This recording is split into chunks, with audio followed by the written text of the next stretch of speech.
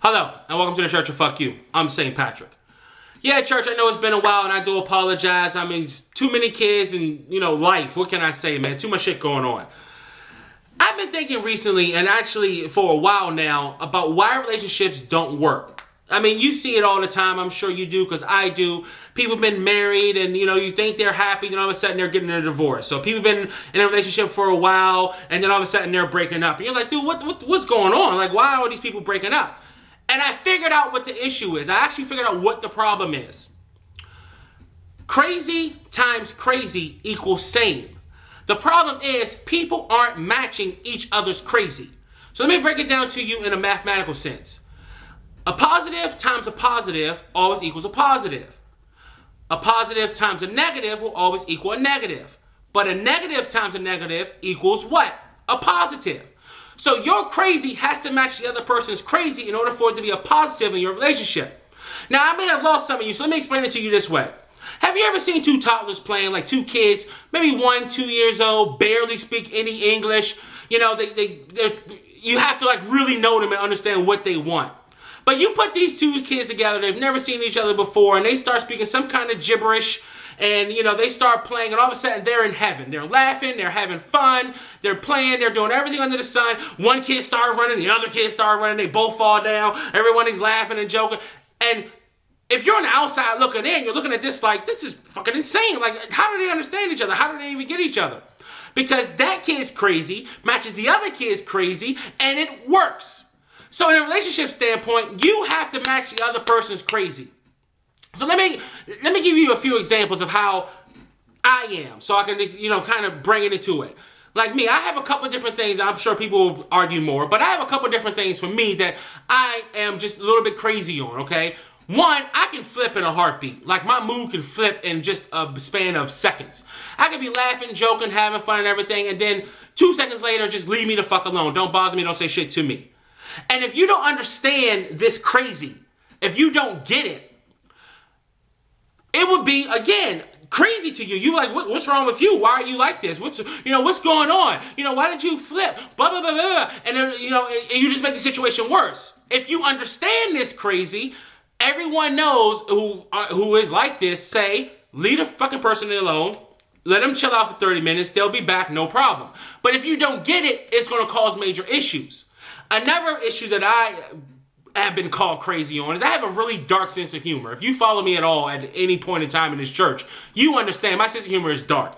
I laugh at the most ridiculous shit in the world. So if you're just one of these tree hugging, everything is nice and pleasant and everything, all that kind of shit, I would drive you up a wall. And I have no problem telling you about yourself. That's another problem that I quote unquote have. I have a very bad problem controlling my mouth and my tongue. And if you are one of these sensitive people, and like one person said, who's a really good friend of mine, she always say, if you can't laugh at yourself, then you can't be around Patrick. Yeah, if you can't laugh at yourself, don't be around me. And some people are too sensitive and take too much shit to heart, and they can't be around me because, again, I have no problem telling you about yourself. Another problem that I have as far as one of my crazies is I am extremely vindictive. Extremely vindictive.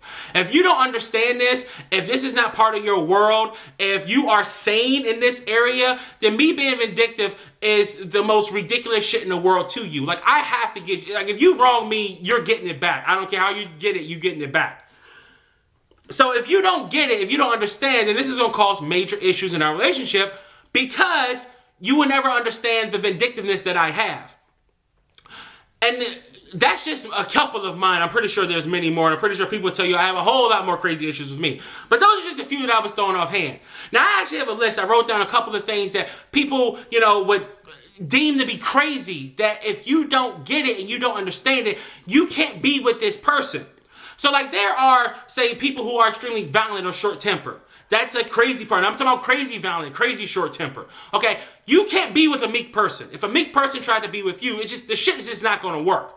Because you are just literally going to turn into a bully to this person. Eventually it's going to be, too much and you're going to break up. Now, before I get to continue on the list, I just want to explain. The problem is, people aren't matching their crazies with other people. They're looking at all the outside shit.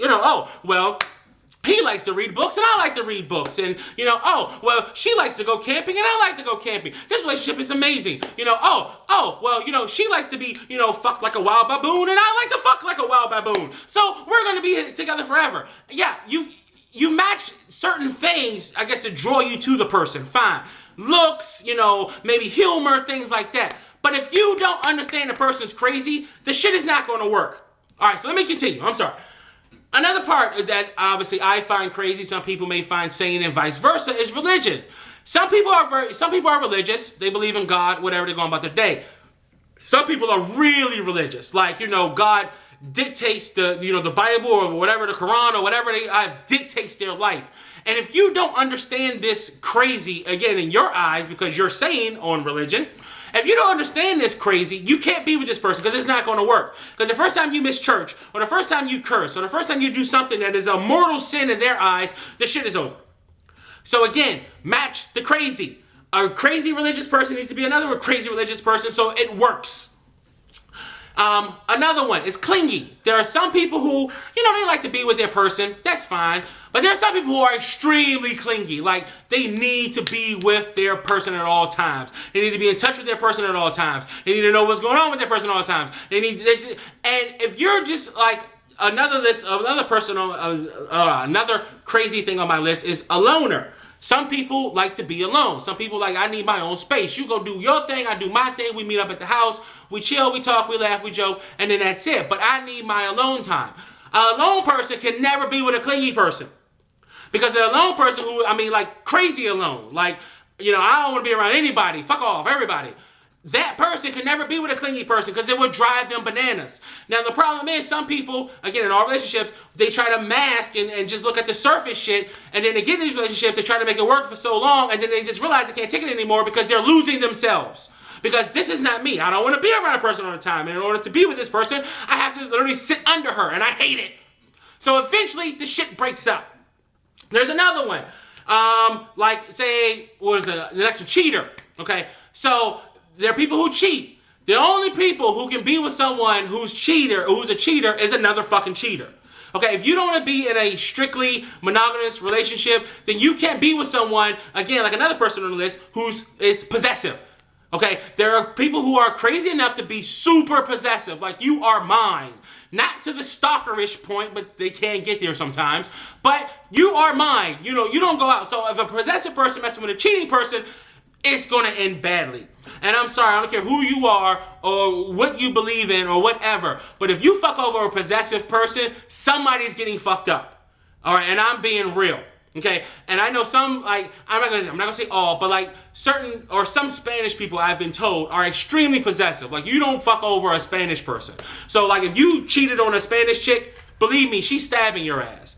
If you cheated on like a Spanish man, okay, not only is he fucking you up, he's trying to get your ass deported. For real. I mean, like, seriously, bitch, I snuck you in this country, crossed the river to get you in here, and you gonna cheat on me? No, that's just not gonna work. All right, his ass gonna be at the next Trump rally with his little, Latinos for Trump signs screaming, build the wall, because he's trying to get this bitch out of here. He ain't worried about fucking Hillary. He worried about, Maria, what is her name? Maria, Rosita, Martinez, Gomez, Hernandez, Jackson, because she done married some other guy who's black. And he ain't standing that shit. This bitch got to go. All right. And one of the deepest ones that's most prevalent is there are people who are crazy when it comes to trust issues. They have been deeply, deeply wounded. Like, really wounded. They've had really fucked up past relationships. They had really bad things happen to them. So they are deeply wounded and they really have trust issues, okay?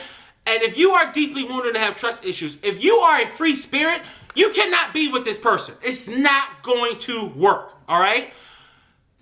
Case in point, some people may say, okay, well, hey, I was sitting at home and, my friends called and I decided to go out for, a couple hours at 2 o'clock in the morning. We, went to a restaurant, had some dinner, and that's it.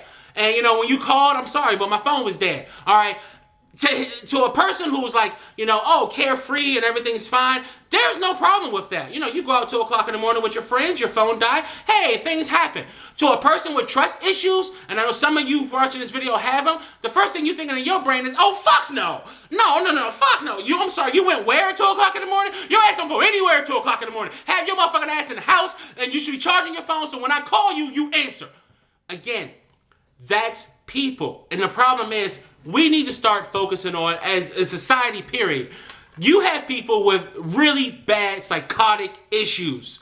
And if your issues don't match, it is not going to work. You need to have the positive, or the negative plus the negative times a negative to equal that positive. So 2 people with deep trust issues would never go out 2 o'clock in the morning, even if it was to a friend's house. Or if they went, they make sure their phone is charged, and they have them person on the phone on speaker the whole time saying, look, baby, I know I'm out, but I'm just keeping you on speakerphone so you can hear the whole conversation so you don't think I'm doing anything wrong. So they know I have to alleviate this person's issues because they do have trust issues. So let me handle this. Let me make it easier for them. They're still not going to trust your fucking ass because they know as soon as we hit up the phone, you're going to be with this bitch. But it helps. And for those who don't understand the insanity, you're the 5-year-old or you're the 10-year-old trying to play with the 2-year-old speaking gibberish. Eventually, you're just going to give up because you guys don't understand each other. All right, man, that's it. Thanks for watching. Thanks for listening. This is St. Patrick. I'm out.